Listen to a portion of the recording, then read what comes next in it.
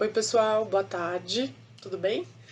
Meu nome é Thelma De Luca, eu sou paciente da professora Eloneide em acupuntura já há muitos anos e nos últimos tempos com mais, vamos dizer assim, com mais assiduidade, né? E eu tô aqui hoje para falar um pouquinho sobre a importância de cuidar de quem cuida, né? A gente está vivendo um período em que a população brasileira está envelhecendo, né? A população mundial, a população brasileira está envelhecendo. As pessoas estão chegando mais facilmente aos 80, 85, 90, né? Estão passando. E como consequência tem a questão, né, do envelhecimento, às vezes traz doenças, às vezes o próprio, só simplesmente o adoecimento, às vezes traz uma certa dependência, né, questão de mobilidade, a pessoa tem dificuldade para fazer tudo sozinha, precisa de algum auxílio, né? Lógico que são questões diferentes. Um idoso que é apenas um idoso, que precisa de alguém ali meio supervisionando, né? E um idoso acamado, um idoso com demência, um idoso com Alzheimer, com Parkinson, né? São questões um pouco diferentes, mas de toda maneira tem um cuidador ali do lado, né?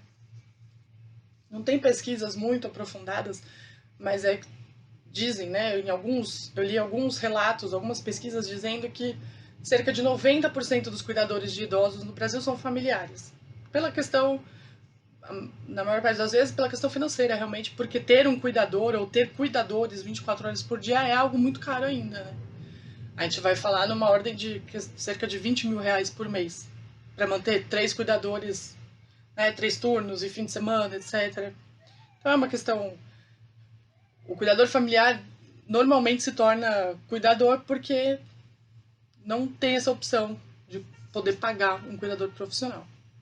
Mas independentemente do motivo que leva essa pessoa a se tornar cuidador, é um trabalho cansativo, é um trabalho que não tem carga horária definida, você, né, praticamente trabalha 24 horas por dia, não tem remuneração, tem estresse, porque você tem a ligação sentimental com aquela pessoa, né, de um pai, uma mãe, um esposo, uma esposa.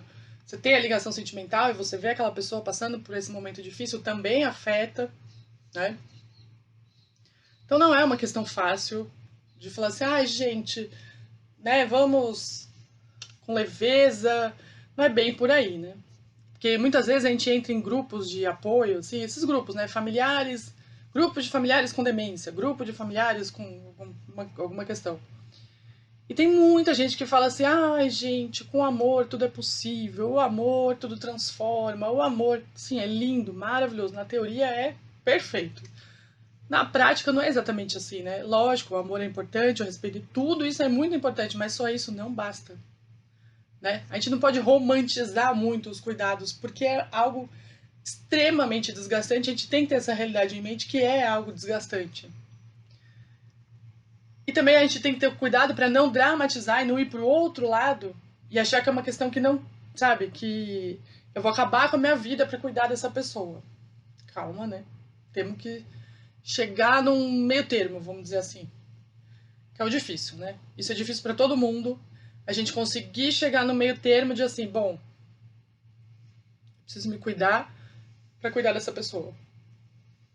Então eu meio que fiz um mantra de não romantize nem dramatize, né? Porque às vezes a gente vai pro lado do drama também, de como eu sofro, e também pode ir pro lado, só o amor basta, né? Então a gente conseguir chegar num meio termo é difícil, mas às vezes é necessário, né? Necessário, importante. Até porque tem estudos também, é que os dados são sempre muito soltos, assim, né? São estudos às vezes pequenos, né? Mas que cerca de 40% das pessoas que cuidam de um familiar idoso acabam deprimindo em algum momento, né? Em diferentes graus de depressão, às vezes uma depressão mais leve e tal, mas acabam deprimindo. Porque se cobram demais, porque, né, demanda muito, você tá ali fechado, o tempo passando e você ali cuidando, cuidando, cuidando, e a pessoa acaba deprimindo.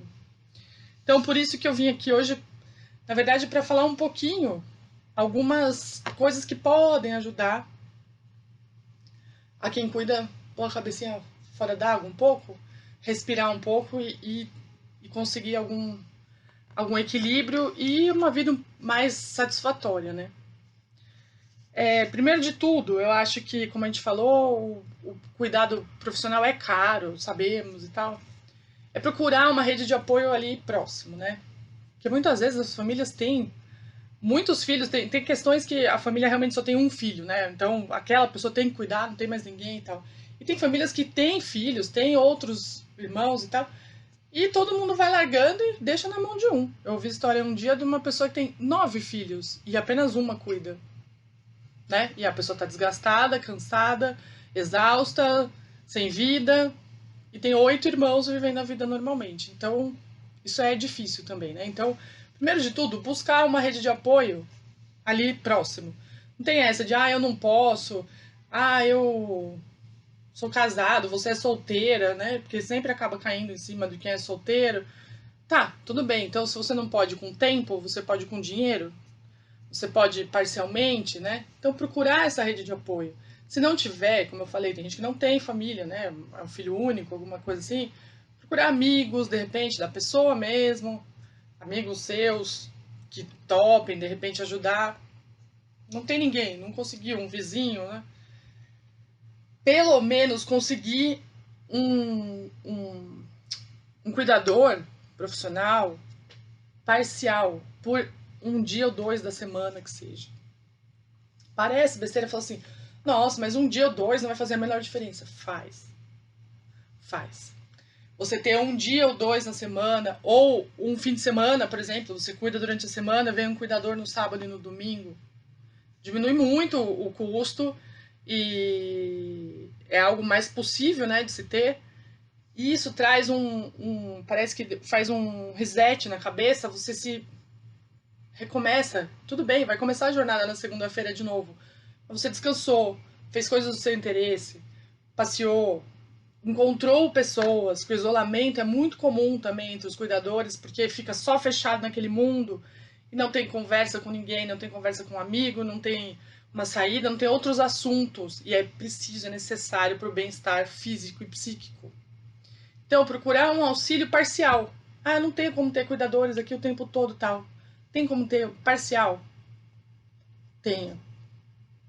Tem como ter alguém que ajude na organização da casa, por exemplo, uma vez, cada 15 dias, para dar um alívio também. Esses pequenos alívios podem ser significativos na melhora da qualidade de vida dos cuidadores, mas significativos mesmo.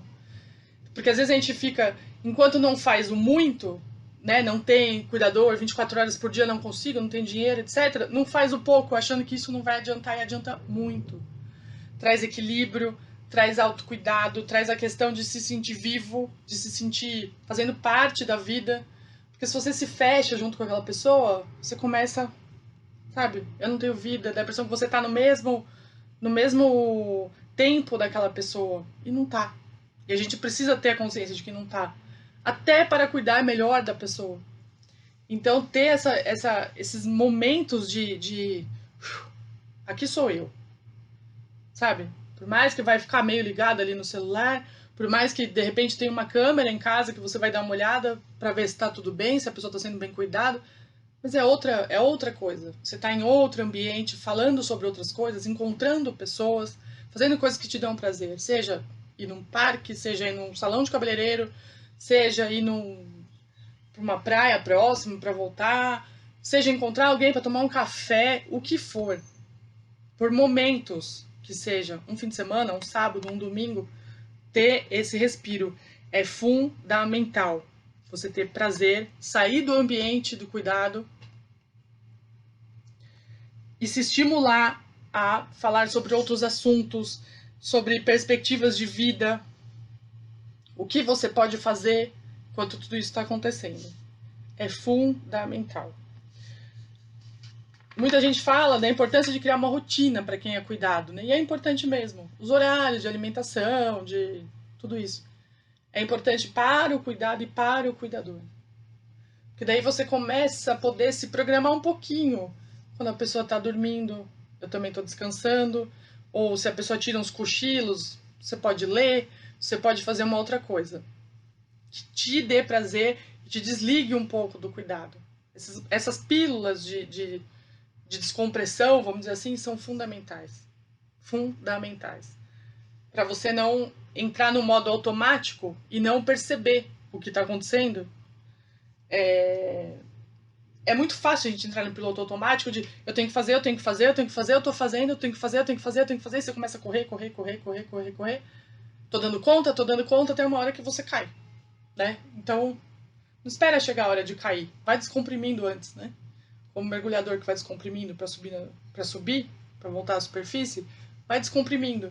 Então, esses momentos, que seja um dia na semana, 2 dias na semana, meio-dia e meio-dia, para falar assim, eu posso sair e respirar um pouco.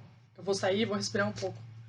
Vou fazer algo que me deixe feliz, que me dê prazer, que me faça bem. Fundamental. Fundamental. Outra coisa. Não negligenciar os cuidados com a própria saúde. Não é raro ouvir relatos de pessoas que adoeceram cuidando muito por causa realmente do cansaço, às vezes de ter que fazer esforço físico, pessoas, né, que demandam que você levante, que ponha na cama, tire da cama, etc, né, a pessoa que já está no estágio que está acamado, etc. Muito por isso e muitas vezes porque negligenciam, porque o que acontece? Eu li um relato uma vez de uma pessoa que falou o seguinte: eu tinha que tomar um remédio acho que era para pressão, se eu não me engano, mas ele era diurético. E eu tinha que levantar muitas vezes para fazer xixi e eu não podia. Porque eu tava cuidando da pessoa acamada e ela não podia ficar sozinha. Ficou doente. Então, nesse caso eu nem sei, talvez como que eu resolveria. Mas você vê o nível de negligência que chega, simplesmente deixou de tomar o remédio. Do tipo, depois eu penso em mim. Só que depois pode não chegar se você começa a se descuidar tanto, né? Então, ao máximo possível, tente não negligenciar a própria saúde. Fazer os exames, se alimentar direito, procurar faz uma atividade dentro de casa mesmo. Se não pode sair, não vai para uma academia, não tem, né, não vai ter esse tempo, nem esse dinheiro, nem nada disso. Faz ali no cantinho de casa, 15 minutos, 20 minutos, uma caminhada, aluga um equipamento lá, uma bicicleta, pega aula na internet, tem umas aulinhas de 10, 15 minutos por dia, e aulas intensas até, que você faz e coloca o seu corpo em movimento, coloca o seu corpo para viver, coloca o seu corpo, né, para estar cuidado, minimamente cuidado.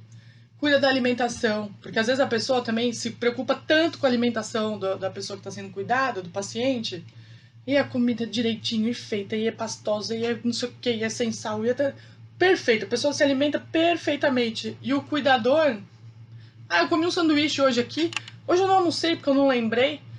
Hoje eu não. Não. Não. Não. Então, cuida da alimentação. Procura fazer ali uma atividade física dentro do possível, né? 15 minutos ali em casa. Pega uma aula na internet, pega um videozinho, alguma coisa, faz ali alguma coisa para se cuidar. O índice de pessoas com obesidade, ansiedade é enorme. Porque é isso, porque cuida e por mais que tenha o esforço físico, né? Porque levanta, pega, carrega e tal, isso não é um exercício físico, né? Não é uma atividade física. Cansa, mas não traz o mesmo bem-estar de um exercício, de uma atividade física ali feita com regularidade. Então, não negligencie a própria saúde. Tem que se cuidar sempre. Vai levar o idoso para fazer o exame? Aproveita e faz os seus exames também. Vai chamar em casa para colher exame? Colhe os seus também, faz o check-up anual, do jeito que sempre fez. Então, cuida da alimentação. Procura fazer exercício mínimo que seja ali, mas que mantenha o seu corpo ativo. Mantenha seus exames em dia e sempre bem cuidados. Tem algumas técnicas, por exemplo, se você coloca uma câmera num quarto, isso te ajuda, de repente, a se libertar um pouco dentro da própria casa. Porque se você coloca uma câmera de frente ali pro idoso, que tá numa cama e tal, colocou a câmera, você pode ficar num outro cômodo ali, fazendo alguma coisa, e tá de olho. Então você tá fazendo um exercício e tá de olho, tá lendo e tá de olho, tá. O que seja, não precisa ficar. Tô falando casos que isso é possível, né? Casos em que, por exemplo, a pessoa tá lá descansando, tirando um cochilo. Então, você tá ali no outro cômodo, se cuidando um pouco. Tá? E uma coisa muito importante que eu acho, assim, que é não se cobrar a perfeição no cuidado. A gente tem uma tendência a achar que a gente tem que ser muito bom naquilo que a gente está fazendo. Que se a gente falhar, aquela pessoa vai sofrer. E a gente tem que ser perfeito. Infalível. Não pode errar. Quando, na verdade, a gente tem que colocar nosso pé no chão e sem abandonar, sem maltratar, sem desrespeitar, né? Vamos separar bem as coisas, porque senão não é pressão que, larga o idoso lá, que vou cuidar de qualquer jeito. Não é isso. O que eu tô falando é fazer o que é possível e não o perfeito. Então, o que é possível, vou dar um exemplo. Idoso com demência não gosta de tomar banho. É uma questão para eles. Eles têm medo, eles se sentem vulneráveis, eles não gostam da sensação, tem mil explicações, assim, não tem uma explicação só, mas eles não gostam, é algo incômodo para eles. E você vê pessoas falando que às vezes passam 4 horas para convencer o idoso a ir tomar banho, e o idoso grita, se bate, xinga, ofende, se estressa, passa mal, pra pessoa ir tomar banho, porque tem que tomar banho todos os dias, não sei o quê. Será? Será que um dia que você não conseguir dar esse banho e você fizer uma higiene, troca a roupa íntima, né? Que geralmente eles usam fralda ou calcinha absorvente, cueca absorvente e tal.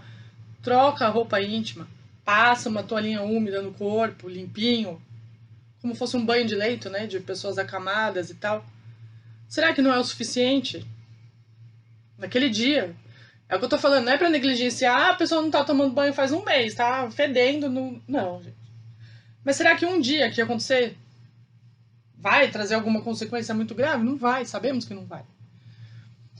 Alimentação. Você vai se esforçar, você vai fazer a melhor alimentação possível. Você vai ver o que o idoso aceita, o que ele não aceita, o que ele gosta, o que ele não gosta. O que... Tem um dia que a refeição não vai ser a perfeita, a ideal, na quantidade ideal, não sei o que, vai. E você vai ter que dar alguma coisa que ele goste mais, de repente, para ele se alimentar. E é isso. Porque se a gente começa a se cobrar uma perfeição absoluta, primeiro, a gente não consegue a perfeição absoluta, porque não, é impossível de chegar, e a gente se desgasta num nível que aí sim traz doenças, traz tudo. Né? Você começa a fraquejar, porque você começa a achar que você está sendo mal, que você não está dando conta. Tá dando conta, no possível. Faça o possível. Não deu para dar banho aquele dia, faça uma higiene. Troque a roupa, põe a roupa usada para lavar, troque a roupa íntima, faça uma limpeza com paninho umedecido. Pronto, tá resolvido. Sabe? Facilita um pouco. A pessoa não quer trocar, não sei o que, a roupa. Deixa, espera um pouco, depois troca. Sabe? É importante a gente criar rotinas e métodos e ao mesmo tempo também ser hábil o suficiente para saber que nem todo dia vai funcionar daquela maneira. E nem todo dia a gente vai conseguir dar conta daquilo daquele jeito. Então não se cobrar a perfeição e ter dentro da sua cabeça, da sua consciência, do seu coração que você está fazendo o possível. Porque às vezes o que acontece, como eu falei lá, tem a família com 9 filhos e uma cuida, aí a pessoa vem um dia lá no mês, vai olhar e falar: nossa, mas a casa tá bagunçada, não.